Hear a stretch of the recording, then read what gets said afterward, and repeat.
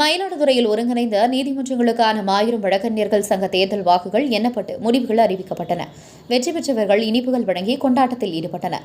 மயிலாடுதுறை மாவட்டம் மயிலாடுதுறையில் கூடுதல் மாவட்ட நீதிமன்றம் அமைந்துள்ளது.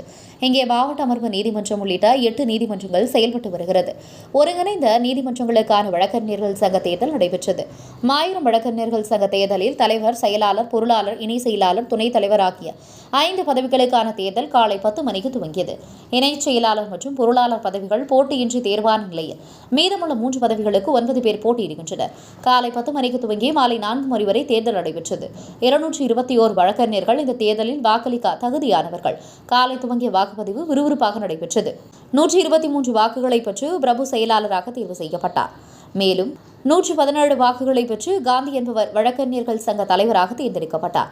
இதனைத் தொடர்ந்து அவர்களது ஆதரவாளர்கள் இனிப்புகள் வழங்கி பட்டாசுகள் வெடித்து கொண்டாட்டத்தில் ஈடுபட்டனர். உங்கள் பகுதியில் உடனுக்குடன் முக்கிய செய்திகள் உங்கள் விரல் நுனியில் காண எங்கள் தவசி நியூஸ் 24 சேனலை காண தவறாதீர்கள். உங்கள் மயிலாடுதுறை மாவட்ட செய்தியாளர் இளைஞனுடன் உங்கள் தவசி ரமேஷ்.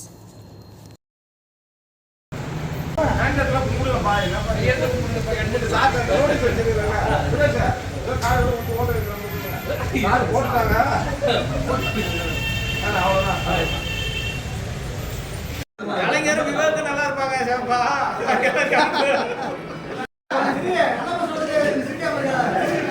நிரந்தர ஐயா அங்க பாருங்க ஐயா, கலைஞர் ஐயா.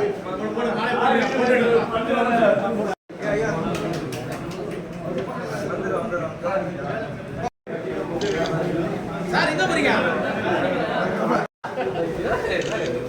விவேக்